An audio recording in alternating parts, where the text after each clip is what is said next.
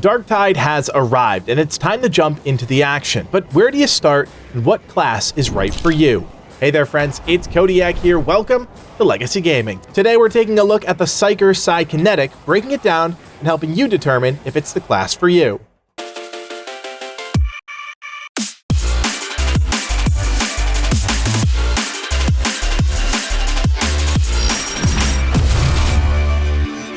Now there's two layers to how classes work in this game. The macro level is called the archetype. There are 4 currently in the game. You've got the Veteran, a battle-hardened soldier of the Astra Militarum, the Zealot, a steadfast, loyal subject of the God Emperor, the Ogren, large, powerful brutes that are often exploited and utilized for their incredible strength, and the Psykers, consider witches throughout the Imperium because of their connection to the Immaterium. These 4 archetypes define the general characteristics of each class, loosely defining how the character will play, but it's really the second layer that determines how a class performs in the moment-to-moment action, and that, my friends, is why you're here. So with that basic knowledge out of the way, let's dive in. If you're looking for something a bit different with your gameplay in Darktide, then look no further than the Psyker Psykinetic. Easily the most unique class of the 4 starters, the idea here is simple: create a 40k mage. Now, of course, I'm oversimplifying, but that's how it's going to feel to some players. That's because the Psykinetic is built around a unique set of abilities and skills, more so than any other class in the game, at least at this point. It's the first class where the weapons play second fiddle to the abilities, and I, for one, love that about the class. When loading into a new Psykinetic, players will start with a standard 4-sword, as well as a revolver. I'll be honest, they both take a backseat to the rest of the Psykinetic's kit, but they do have a place in the build. As we'll discuss, having magical powers only goes so far, and when those things are tapped out, you'll need some steel or lead to hold you over. The most important part of a Psykinetic's kit, however, is its tactical ability, or blitz ability, Brain Burst. This is really the class's bread and butter and stands apart from the grenades and consumable items of the other classes. Brain Burst is a magical ability. When targeting an enemy, players can begin channeling this spell, and after a short duration, deal extremely high single target damage to an enemy. This ability can be used on nearly every target in the game, including enemies hiding behind shields, which is why it's such a potent attack. When an elite enemy is standing between your team and your objective, it's always nice to have a Psykinetic around that can burst the brain of an enemy that would otherwise take a small army to bring down. As you use Brain Burst, players will have to mine their peril, which is a resource that builds up as you use your blitz ability. Peril is tricky. At 100%, it doesn't outright kill you unless you do one more cast of Brain Burst, at which case you instantly die.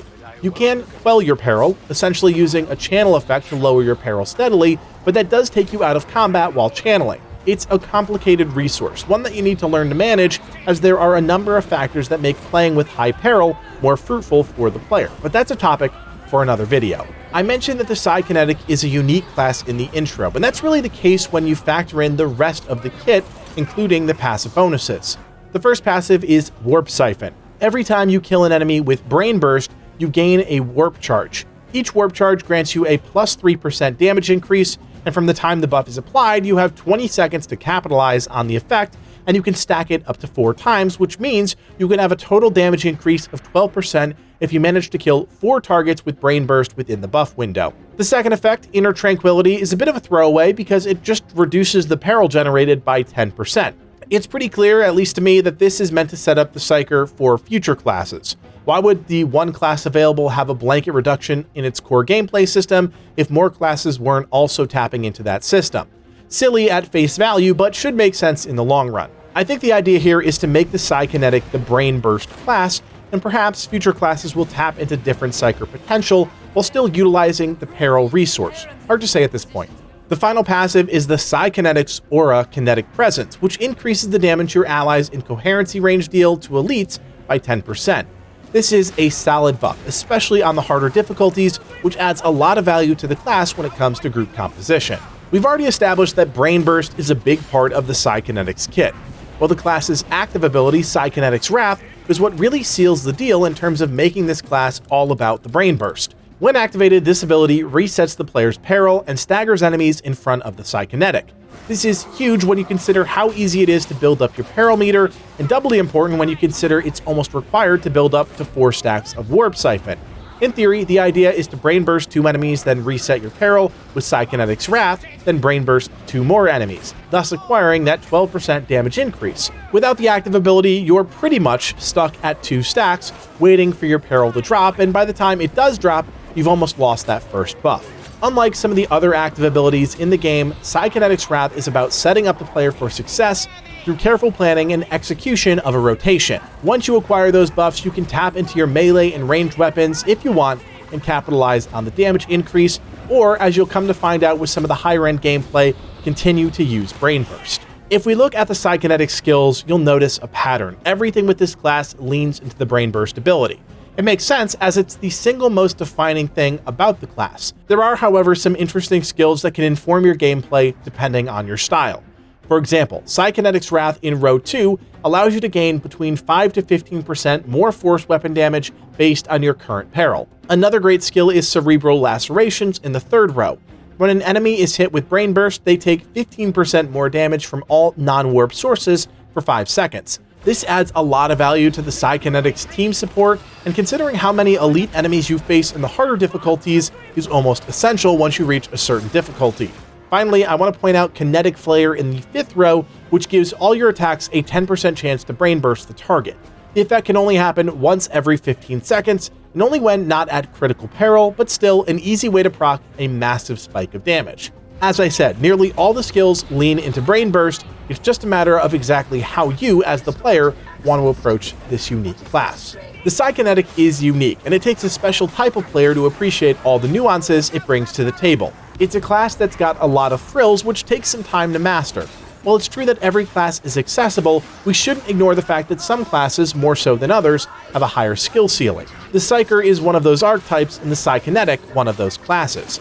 Capable of dealing insane amounts of single target damage, especially to high priority targets, it comes at a cost. Very few physical tools to defend yourself. Weapons are an afterthought on the Psykinetic, but are an effective last line of defense when things get dire. If you're a player that has the patience to learn when to tempt fate and when to hide behind your teammates, I think you'll get immense joy out of playing the Psyker Psykinetic. When it comes to picking the best starting class in Darktide, of course that's a non-question, as any class can be effective in the right hands. But to do this thing justice, I think we need to summarize the developers' intentions for each of the 4 launch classes. The Veteran Sharpshooter is meant to be a mid-range soldier that relies on ranged weapons to take down enemies, specifically elite and special enemies that they can target with their class ability and weak point enhancements. The Zealot Preacher is designed as a frontline warrior with an aptitude for living in the chaos, utilizing both melee and ranged weapons to great effect. Their special ability allows them to engage or disengage as the situation demands, and their ranged weapon gives them enough flexibility that they can make an impact even when they need to step away from the fight, if only just for a second. The Ogryn Skullbreaker, well, they are your true frontline tank. Big and beefy, their entire kit is designed around surviving the onslaught of enemies that will no doubt be rushing straight for them. They are the living embodiment of a meat shield. Finally, the Psyker Psykinetic, 40k's version of the Glass Cannon Mage. Their unique Brain Burst ability is the key to their high single target damage, but with that power comes a fragility that makes them a high skill ceiling character. The class is one of the most potent currently in the game, but it takes practice to make the most impact on the battlefield. In the coming days, we'll be releasing guides on all 4 of the starting classes, so keep it right here if you want more Darktide videos in your feed. Hopefully now you have a better understanding of the Psyker Psykinetic. As always, friends, if you enjoy our content, do me a favor, hit that thumbs up, and consider subscribing. We'll be covering Darktide top to bottom, so don't miss out if you want more Warhammer 40k in your feeds. I'm also excited to announce that our first ever Legacy Gaming merch is now available. You can head to our website, legacygaming.gg/shop, to pick up shirts, hoodies, and a hat. The designs are pretty awesome, and we'll be adding even more in the future. My name is Codiak, and from everyone here at Legacy Gaming, thanks for watching, and play on.